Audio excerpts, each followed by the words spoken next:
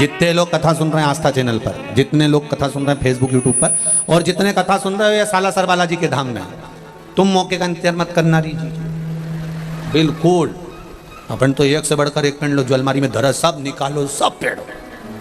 कोई कहती नहीं कि नहीं साड़ी, कोई शादी ब्याह में पहनना, शादी ब्याह से पहले निपट गई तो फिर ऊपर जाऊंगी तो मेरा मन कितना दुखेगा। और यमराज से कहूंगी मैं यमराज प्लीज मैंने वो नीली वाली नहीं पहनी, वंस मोर, एक बार फिर छोड़।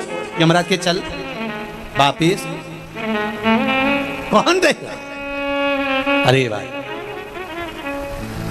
जीवन मिला उसका सदुपयोग करिए, तो जीवन का सदुपयोग होना चाहिए।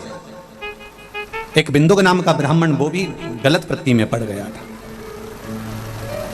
मुक्ति नहीं हुई उसकी। 3 तरह से मरे हुए व्यक्ति को मोक्ष नहीं है। पानी में डूबकर मरा हुआ, स्त्री के हाथ से मरा हुआ, सर्प के डसे से मरा हुआ, इसकी गति नहीं होती, इसकी मुक्ति नहीं है, इसका मोक्ष नहीं है।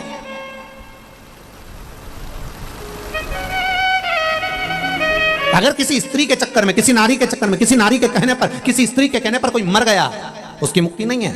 सर्प के डसे से मर गया, उसकी मुक्ति नहीं है। पानी में डूबकर मर गया, उसकी मुक्ति नहीं है, मोक्ष नहीं है। इतनी बड़ी बात लिखी है शिव महापुराण में, अधोगति में मरा हुआ, गर्भ में कोई 4 महीने का, 6 महीने का, 8 महीने का, 9 महीने का, या गर्भ से निकलकर कुंवारी अवस्था में मर गया, कोई युवान अवस्था में एक्सीडेंट में या कोई गलत कार्य में मर गया, इनकी गति नहीं होती महाराज। पिंड भी नहीं मिलता, चाहे गया जी में जाकर दे दो, चाहे ब्रह्म कपाली में जाकर दे दो, इनको पिंड नहीं मिलता, इनको तर्पण नहीं मिलता, इनके तिलांजलि नहीं होती। अगर ब्राह्मण भोजन भी करे तो इनके खाते में नहीं जाता, जो कुंवारी अवस्था में मर गया।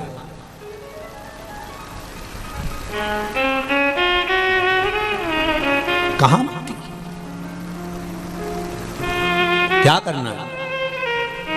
तुमरुका जी ने चंचुला देवी से कहा इनकी एक ही मुक्ति है, शिव महापुराण की कथा। कुछ देव मत देव, एलईडी चालू करवाइए, एलईडी। कुछ देव मत देव, कुछ देव ना देव, कोई पर निवेदन है, अगर जिसने जिंदगी में एक बार हृदय से, चित्त से, मन से शिव महापुराण की कथा सुन ली, ध्यान देना जरा, श्राद्ध चल रहा है ना, श्राद्ध के अंतर्गत क्यों कहा जाता है कि बाजार से भोजन खरीद कर श्राद्ध नहीं करना? श्राद्ध करना तो घर की बहू, घर की माताएं भोजन बनाए। क्यों कहा? गरुण पुराण में, पद्म पुराण में, अग्नि पुराण में, स्कंद पुराण में, शिव महापुराण में वर्णन मिलता है कि घर की नारी बहुएं जब भोजन बनाती है श्राद्ध पक्ष का, और वो भोजन ब्राह्मण जब ग्रहण करता है, तो केवल बहू बेटियां जब भोजन बनाती हैं, बहुएं भोजन बनाती हैं, तो केवल ससुराल के पितर नहीं तरते। ध्यान देना, जैसे ससुराल में कोई दादा ससुर है, उसकी तिथि है चतुर्थी, तुमने चतुर्थी को श्राद्ध का भोजन बनाया, ब्राह्मण को भोजन कराया, तो बहुओं को यह ना लगे कि हम हमारे ससुर के, दादा ससुर के निमित्त से जिमा रहे। नहीं, बहू जब भोजन बनाती है, ससुराल में अगर कोई ब्राह्मण श्राद्ध पक्ष का भोजन ग्रहण करता है, तो बहू के मायके में अगर इस तिथि में कोई गया होता है, तो आधा भाग उसके खाते में, उसके मायके में पहुंच जाता है। बहू को यह बात का अंदाजा रहना चाहिए कि केवल आप ससुराल वालों के लिए श्राद्ध में भोजन नहीं बना रहे, वहां भी। इसलिए जब पिंडदान होता है, तर्पण होता है, तिलांजलि होती है, तो गया जी जाते हैं, तो वहां पर नाना पक्ष और यहाँ का पक्ष दोनों का नाम लिया जाता है। बोलो सही है कि गलत है? तुम्हारे पिताजी का नाम बोलो, दादाजी का नाम बोलो, फिर वहां पूछेंगे तुम्हारे नाना जी का नाम बोलो, पर नाना का नाम बोलो, वहां पूछा जाता है। दोनों कुल को, दोनों परिवार को। इसलिए बहू बेटियों को चाहिए, घर की माताओं को चाहिए, जब भी भोजन बनाए वो बड़े प्रेम से बनाए, आनंद। और प्रयास करा करो कि श्राद्ध पक्ष में सीधा ना देना, आटा चावल दाल ये हम ना दें। हम चाहें ये नहीं कि हम सीधा देके हम भगवान को कि हमने सीधा दे दिया, अब हमें भोजन बनाने की जरूरत नहीं। आप भोजन बनाओ, सीधा दोगी तो केवल ससुराल का लाभ मिलेगा, कि ससुराल का कोई तिथि का व्यक्ति गया तो उसको फल मिलेगा। पर आपने अगर भोजन बनाया और ब्राह्मण ने अगर भोजन तुम्हारे घर में करा, तो उसका आधा भाग तुम्हारे ससुराल में अपने आप चला जाएगा, उन जीवों का भी कल्याण हो जाएगा। जिसको ससुराल में, अगर मायके में किसी ने भोजन नहीं भी दिया, मायके में कोई प्राप्त नहीं भी हुआ, तो उनको भी उसका उसकी फल की प्राप्ति हो जाएगी। देव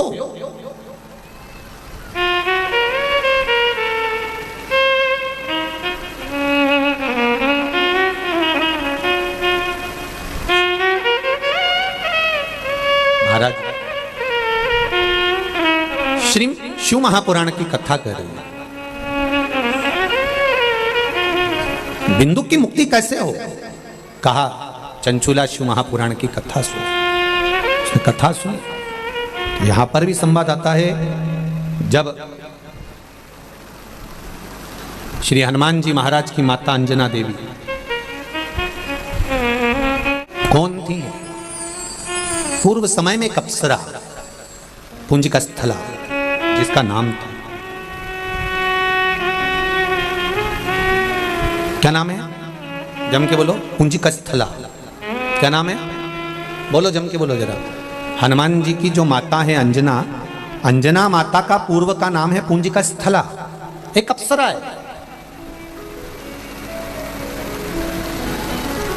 बड़ी सुंदर है। इनकी सुंदरता का बखान नहीं कर सकता कोई। अति रमणीय, अति सुंदर, बहुत सुंदर। छोटी सी अवस्था थी, छोटी सी उम्र में इन्होंने एक गलती कर दी। उस पुंजिकस्थला ने एक गलती करी कि वो सुंदर तो थी पर चंचल बहुत थी। सुंदर भी और चंचल। महाराज पुंजिकस्थला ने एक गलती कर दी कि वो आज मृत्यु लोक में गई। भ्रमण करने के लिए जब पहुंची, भ्रमण करते करते उसने क्या देखा कि एक बंदर तपस्या में लीन है, साधना में लीन है, तप कर रहा है। तो पुंजिकस्थला को लगा, बताओ अभी तक तो मैंने देखा था कि मुनि तप करते हैं, संत तप करते हैं, साधु तप करते हैं, ऋषिवर तप करते हैं, साधना करते हैं, पर यहां तो बंदर तप कर रहा है। पुंजिकस्थला को ये बात थोड़ा अच्छी ना लगी, तो उन्होंने एक छोटी सी अवस्था थी, पेड़ पर चढ़ गई और पेड़ पर चढ़कर वहां के जो फल लगे थे वो तोड़कर उस बंदर को मारने लगी।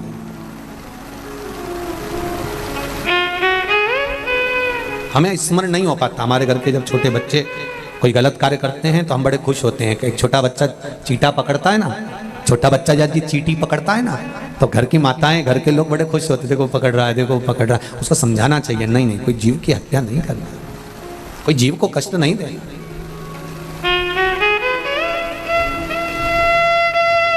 क्यों किसी को दुख? महाराज शिव कथा कहती है ये मानव का शरीर बड़ी मुश्किल से मिला है, ये किसी को कष्ट देने के लिए नहीं, किसी के कष्ट के निवारण के लिए नहीं। आपने शिव महापुराण की कथा में से कुछ सीख लिया कि मुझे 27 बार श्राद्ध पक्ष में शंकर भगवान को जल चढ़ाना है, या 27 मनके की माला से जाप करना है, या 27 बार मुझे मंत्र का स्मरण करना है। केवल आपने सीखा और आपकी जिंदगी संवरने लगी, तो उसमें आपका फायदा है, उसमें आपका लाभ। जैसे एक पत्र आया, देखिए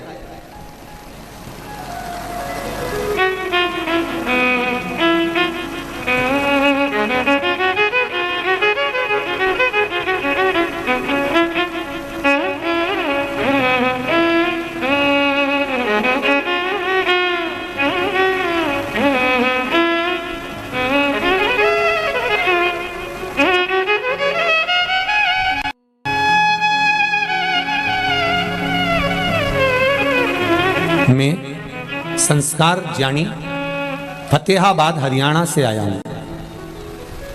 कहीं बैठे हो तो हाथ हिलाइएगा, कहीं पर विराजित हो। आप इधर हैं? हाथ कहाँ है बाबू? हाथ हिलाइए, धीरे धीरे, आराम से आराम से आराम से। मैं संस्कार जानी फतेहाबाद हरियाणा से आया हूं। दिख नहीं रहे बाबू, थोड़ा सा आगे आएंगे आप? कैमरे वाले को भले दिख गए होंगे। मेरी उम्र 12 वर्ष है गुरुजी। मैं 400 किलोमीटर दूर से आया, अपने दादा दादी व परदादा दादी के साथ बाबा की धोख लगाने आया हूँ। मैं जन्म से ही विकलांग था, मेरे दोनों पाँव से मैं चल नहीं सकता था। हरियाणा के लगभग सभी डॉक्टरों का इलाज करवा लिया था, पर मेरे पाँव से मैं चल नहीं पाता था, बेड पर पड़ा रहता था, उठ नहीं पाता था। गुरुदेव आपकी कथा टीवी पर सुनी, एक बेलपत्र और एक लोटा जल का कमाल दिखाने आया हूं। मैं अपने पांव पर चलकर शिव पुराण को धोख लगाने आया हूं।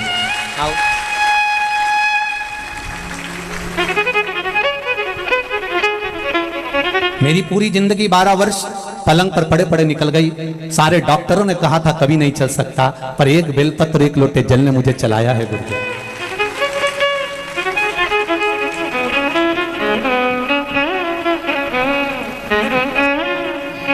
जोरदार ताली बजाएं।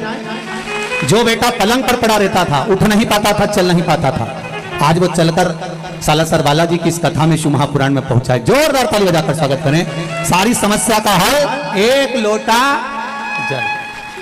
शिवाय नमस्तुभ्यम।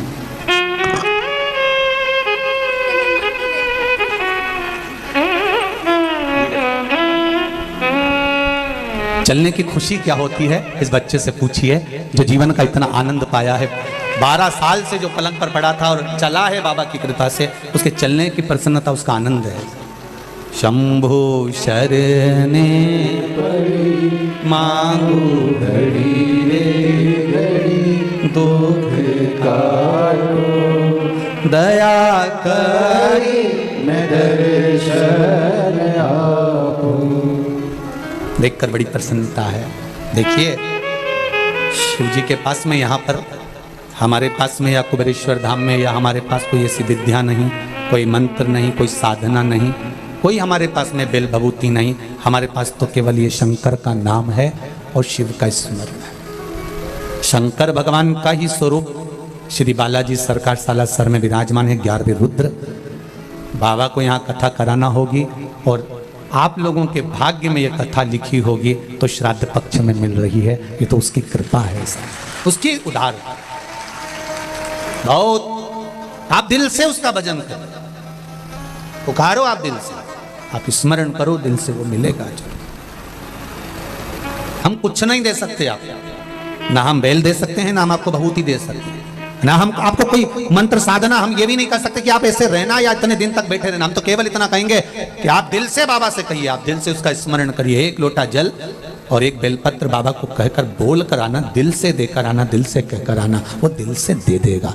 और आए हो बालाजी की कथा में सालासर, दिल से कथा सुनकर जाना। मेरे बालाजी सरकार से और मेरे भोलेनाथ जी से कहकर जाना, बाबा मैंने सुना है कि तू कथा सुनने वालों को देता जरूर है। मैं आई हूँ आस लेकर, 3 महीने में मेरे मन के भाव पूर्ण करना, मैं फिर कथा में पहुंच जाऊं, ऐसी कृपा कर देगा वो। चित्त वृत्ति में आनंद। हम सालासर मंदिर के पुजारी श्री मिट्टू जी से कहते थे हमेशा कि एक बार सालासर कथा करना है, पर व्यवस्था हम लोगों के आना नहीं हो पाता, समय नहीं मिल पाता। मिट्टू जी हमेशा कहते थे कि आप आइए, कभी योग बनेगा। और आज सुराना परिवार के द्वारा जो कथा हो रही है, मुझे तो लगता है कि मेरे बालाजी सरकार ने सुना होगा और यहाँ करवाया। सुराना जी के यहाँ से उनकी धर्मपत्नी प्रेमलता जी, उनके पास जब सूचना मिली कि गुरुजी बोल रहे हैं कि कथा वहाँ एक गांव पर या दिल्ली कराने की अपेक्षा सालासर जी कराओ, तो मैं कहूँगा कि उनके दोनों बेटों और बहुओं के चेहरे की प्रसन्नता बता रही थी कि हमारी माँ ने कह दिया कि सालासर में हो रही है, तो और खुशी की बात है। तो ये एक आनंद का विषय हो जाता है, एक आनंद की लहर हो जाती है। हाँ, इतनी व्यवस्थाएं करना बहुत कठिन। पहले दिन ही तुम इतने सारे आ गए कि हमारा तो सोचे सुराना जी आधा टेंशन ले उसके। पर सुनो, जहां मौका मिल जाए, रोड पर आसपास में जहां जगह मिल जाए, वहां बैठकर 2 शब्द शिव महापुराण के उसके इस पावन छत्र छाया में सुन लो और उससे कह लो, कह उससे। एलईडी चालू करिए। एलईडी वाले नहीं है क्या यहाँ पर? वो एलईडी हम चालू करना, वो सब पीछे से आवाज लगा रहे हैं, देख रहे हैं। जीवन का एक आनंद प्राप्त, सुख प्राप्त। महाराज पूंजिका स्थला एक गलती कर गई। पूंजिका स्थला सुंदर बड़ी थी, बहुत सुंदर, बहुत आनंदित थी, पर उसने एक गलती कर दी। पूंजिका स्थला ने पहचान नहीं पाई। उसने तो सोचा बंदर है, पर हमारे शास्त्र कहते हैं साधु संत सन्यासी तपस्वी मुनि साधक जितने तप करने वाले होते हैं, ये मनुष्य देह में मृत्यु लोक में आकर तप नहीं करते, क्योंकि इनका नियम है अगर हम मनुष्य बनकर तप करेंगे, कोई देखेगा तो हमारे पास आ जाएगा, हमारा पहचान वाला होगा तो हमारे पास आएगा, जानने वाला होगा तो हमारे पास आएगा। तो ये तप करते हैं तो थोड़ा रूप चेंज कर लेते हैं। कोई एक तपस्वी मुनि बंदर का रूप रखकर तप कर रहा था और पूंजिका स्थला ने उस पर फल फेंकना चालू कर दिया। पुंजिका स्थला ने उसको फल फेंका। और जब पुंजिका स्थला ने फल फेंकना चालू करा, संत को क्रोध आ गया। क्रोध आते से ही संत ने कह दिया, ए कन्या, तो इतनी सुंदर है, इतनी ज्ञानवान है, इतनी विद्वान है, उसके बाद तू मेरे पर फल फेंक रही है? मैं तुझे श्राप देता हूं, मैं तुझे श्राप देता हूं। तू अगली बार अगर मृत्यु लोक पर आई और मृत्यु लोक में आने के बाद अगर तूने अपनी सुंदरता के अनुसार किसी को प्रेमवश देख लिया, किसी से तेरा प्रेम हो गया, स्नेह हो गया, तो किसी के प्रति आसक्त हो गई, तेरा प्रेम अगर अधिक हो गया, तो सुन हे पुंजिका स्थला, सुन ले, तू, तेरा जो चेहरा है, तेरा शरीर भले सुंदर होगा पर तेरा चेहरा बानर का होगा। काय का होगा? बंदर का। तेरा चेहरा बन जाएगा, क्योंकि तूने मुझे बंदर जानकर मेरे ऊपर फल फेंका है, तेरा चेहरा बंदर का हो जाएगा, ये मेरा श्राप है। पुंजिका स्थला रोने लगी, आंखों में आंसू भर गए पुंजिका स्थला के। संत के चरण पकड़ लिए, गुरुदेव गुरुदेव मुझे क्षमा कर दो। श्री हनुमान जी की मां अंजना देवी पूर्व समय की एक अप्सरा पुंजिका स्थला है, रो पड़ी, चरण पकड़ लिए, संत के गुरुदेव मुझे क्षमा कर दो। तब कहा, श्राप मैंने दिया है, तुम मृत्यु लोक में अगर किसी से स्नेह करेगी तो तेरा चेहरा बंदर का हो जाएगा, पर तुझे एक वर देता हूं कि तेरे गर्भ से एक बालक प्रकट होगा जो संपूर्ण ब्रह्मांड का कल्याण करेगा। स्वयं राम की सेवा में लगा है, स्वयं राम।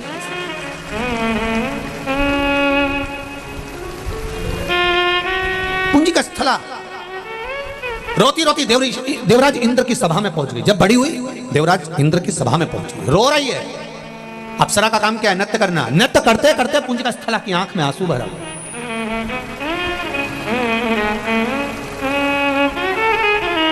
पुंजिका स्थला रो रही है, आंख में आंसू भरकर खूब खूब रोई। इंद्र ने देखा, इंद्र का ध्यान तो उसके चरणों पर था जो नाच रही थी अप्सरा, पर इंद्राणी का ध्यान उसकी आंख के आंसू पर था। नारी वही श्रेष्ठ है जो दूसरी नारी के दर्द को जाने, पराए दर्द को जो अपनाए उसे इंसान कहते हैं। महाराज, जो दूसरे के दर्द को देखकर दुखी हो, दूसरे के दुख को देखकर दुखी हो, दूसरे के दुख को देखकर उसकी आंखों में भी अश्रु सा छा जाए, समझ लो कि ये श्रेष्ठ जीव है, इसकी श्रेष्ठता। इंद्राणी रो रही है। इंद्राणी ने देखा, पूछा क्या हो गया? हे पुंजिका, इधर आओ। पुंजिका स्थला अप्सरा दौड़कर इंद्राणी के पास गई। क्या हो गया? मैंने बानर के ऊपर फल फेंका था और मेरे को श्राप लग गया कि मेरा चेहरा बंदर का हो जाएगा, मैं किसी को स्नेह बस देख नहीं सकती। कोई बात नहीं, तेरे गर्भ से एक बेटा भी तो जन्म लेगा जो संसार का कल्याण करेगा। एक काम करना पुंजिका स्थला, क्या? मेरा पति इंद्र स्वर्ण का शिवलिंग बनाकर पूजन करता है, तो मृत्यु लोक में जाकर बालू के शिवलिंग का निर्माण कर कर पूजन कर। जा।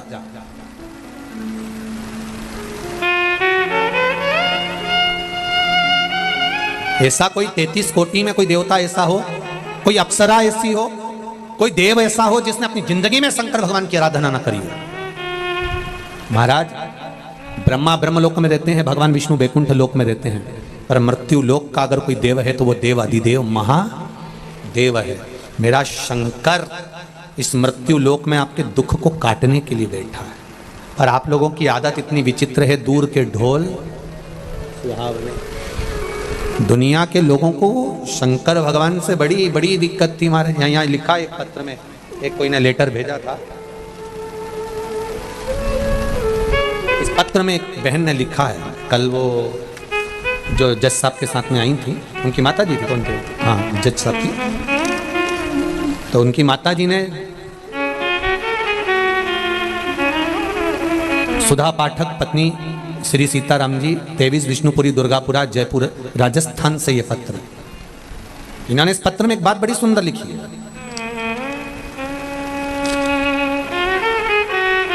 कि पहले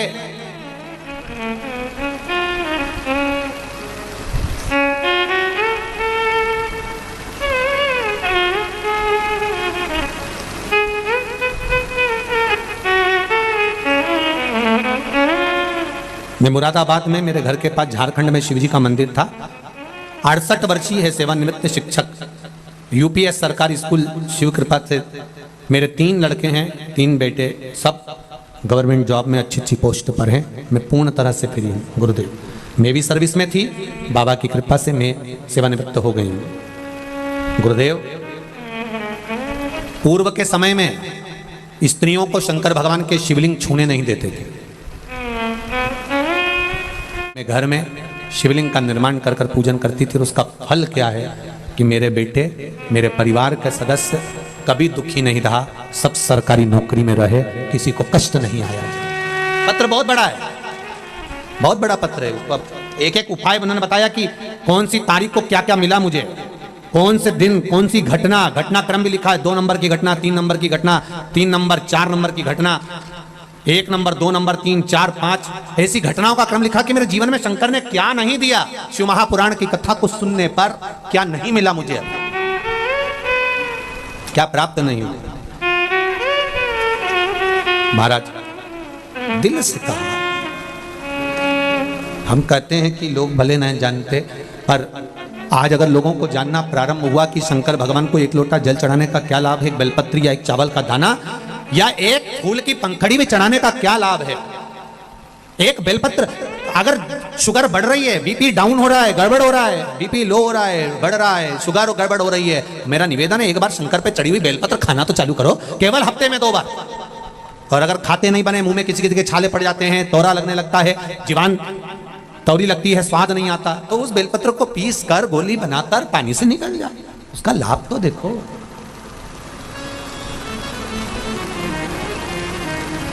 भोलेनाथ दया करना,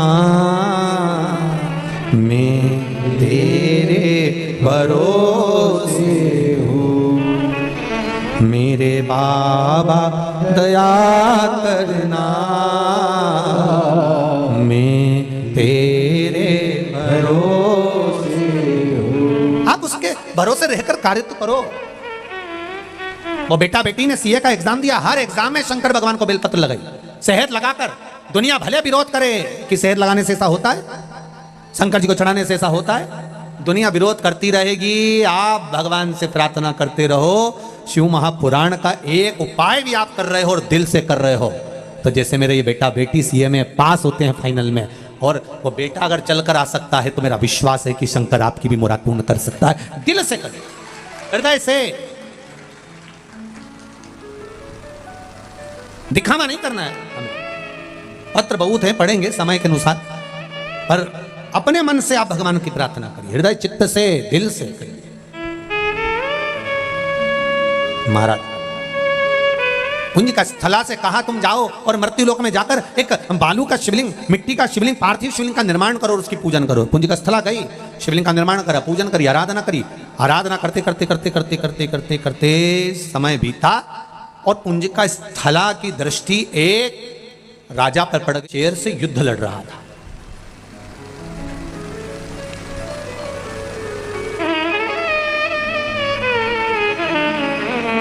शेर से युद्ध लड़ रहा है। 3 बार शेर ने आक्रमण करा और उस राजा ने उस शेर को मार गिराया। पुंज का स्थला की दृष्टि उस राजा पर पड़ी, बड़ा सुंदर था, बड़ा अच्छा लग रहा था, बस श्राप था, प्रेम से देखेगी और मुख बंदर का हो जाएगा। पुंज का स्थला का शरीर तो अच्छा रहा पर चेहरा बंदर का हो गया। रो पड़ी अपने चेहरे को देखकर, मैं बांदरी बन गई, मेरे बंदर बन गई, रो रही है, बिलख रही है, आंख से आंसू बह रहा है। थोड़ी देर बाद जिस राजा ने शेर को मारा था वो दौड़ता दौड़ता इसकी आवाज सुनकर, चीखने की आवाज सुनकर इसके पास में आया तो पुंजी का स्थला ने क्या देखा कि इस राजा का चेहरा तो बंदर की तरह। पूछा तुम कौन हो? मेरा नाम केसरी है, मैं यहां का सुमेरु का राजा हूं। ओ हो वाह,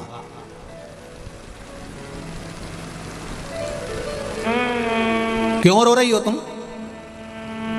मेरे को श्राप लगा था कि मैं अगर किसी को प्रेम बस देख लूंगी तो मेरा बंदर का चेहरा हो जाएगा, अब मेरा विवाह कैसे होगा। केसरी ने कहा चिंता मत करो, मेरे को वर मिला हुआ है, मैं कभी मनुष्य का रूप रख सकता हूं, कभी बानर का रूप रख सकता हूं, ये मुझे वर मिला हुआ है, मैं आपसे विवाह करना चाहता हूं। मेरा चेहरा बंदर का हो गया तो भी आप मुझसे विवाह करेंगे? कोई बात नहीं, आप बांदर का चेहरा रखने के बाद भी आप सुंदर हो, मैं आपसे विवाह करना चाहता हूं। केसरी और महाराजा केसरी के साथ में पूजिक स्थला जो सुंदर कन्या के रूप में थी, बांदरी का जिसका मुख हो गया था, उसका मंगल विवाह हो रहा है। कन्यादान कौन करेगा मेरे लिए? मुझे कन्यादान कौन करेगा? मातंग बाबा के पास में सूचना गई तो मातंग ऋषि ने गौतम बाबा से कहा, गौतम बाबा ने अपनी धर्मपत्नी अहिल्या के साथ बैठकर माता अंजना का कन्यादान किया है। महाराज नाम बदल दिया। गौतम बाबा ने कहा इसका नाम पुंजिका स्थला नहीं, मेरी बेटी अंजना कहलाई। कन्यादान किया, विवाह हो गया। कई वर्ष निकल गए, कई साल निकल गए, पर अंजना माता के गर्भ से संतान नहीं, कोई औलाद, कोई संतान। आज आंखों में से जल बह रहा था तो अंजना ने अपने पति केसरी से कहा, माता अंजना ने अपने पति केसरी बाबा से कहा, स्वामी कई साल निकल गए, जैसे वो मां अपने बेटे को लेकर आई कि 12 वर्ष के बाद मुझे संतान हुई है, ये शिव कृपा। अंजना की आंख से आंसू बह रहे हैं, मेरे यहाँ इतने वर्ष शादी के हो गए पर मेरे यहाँ संतान नहीं, मेरे यहाँ औलाद नहीं। स्वामी आंख से जल बह रहा है। केसरी ने कहा क्या कर सकते हैं, जो भाग्य में लिखा होगा वही तो होगा ना। अंजना कहती है मेरा विवाह जिस गुरु मातंग बाबा ने कराया, जिस मेरा कन्यादान जिस गौतम ऋषि ने कराया, मैं उनके पास जाना चाहती हूँ, आप मेरे को लेकर चलेंगे क्या? चलो। बहुत ध्यान दीजिए, दुख की में समस्या विकट हो कहीं मत जाओ, जिस गुरु ने आपको मार्ग बताया है उस गुरु के पास 2 क्षण चले जाओ, उससे कुछ बोलो मत बोलो, केवल गुरु की दृष्टि ही पड़ जाएगी तो उतने में कल्याण निश्चित हो जाएगा कि हो गए। केवल दृष्टि पड़ जाए बस हो गए। एक बार गुरु देख ले बस, एक बार गुरु की दृष्टि पड़ जाए बस हो गया। कोई तप करने वाला, कोई मुनि है, कोई साधक है, कोई संत है, कोई साधु है, कोई सन्यासी है, कोई तपस्वी है, कोई आराधना करने वाला अपनी जिंदगी की आराधना तप साधना में लगा है, कोई भगवान के भजन में लगा है, कीर्तन में लगा है। हम उसको छुएं ना छुएं, हम उसको प्रणाम करें ना करें, पर जो भगवान की अविरल भक्ति में डूबा है उसकी केवल दृष्टि हम पर पड़ जाए तो ना जाने कितने पाप हमारे कट जाएंगे। और उम्मीद है कि कोई नई राह हमारी जिंदगी में प्राप्त हो जाएगी, नई राह में। आप जब अपने घर को जाएं, यहां से बालाजी महाराज के जब दर्शन करने के लिए मंदिर में प्रवेश करें तो बालाजी का दर्शन करते करते उनसे दिल से कहना, बाबा बड़ी कृपा करी जो हमें शिव महापुराण की कथा आपकी गोद में बैठने को श्रवण करने को मिल रही है, ये आपकी ही तो उदारता है। मेरे सरकार, मेरे बालाजी, ये आपकी उदारता ही तो है जो हमें मिल रही है।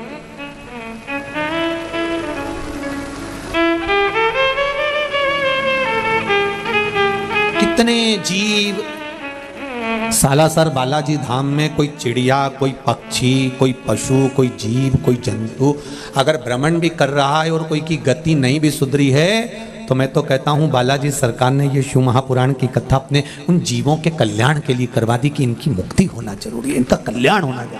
भटक रहे हैं ना जाने कहां कहां, कोई चींटी के रूप में, कोई झिंगुर के रूप में, कोई पक्षी के रूप में, कोई पशु के रूप में, ना जाने किस किस रूप में, कोई चिड़िया के रूप में, कोई जानवर के रूप में, कोई जीव के रूप में, इनकी गति होना।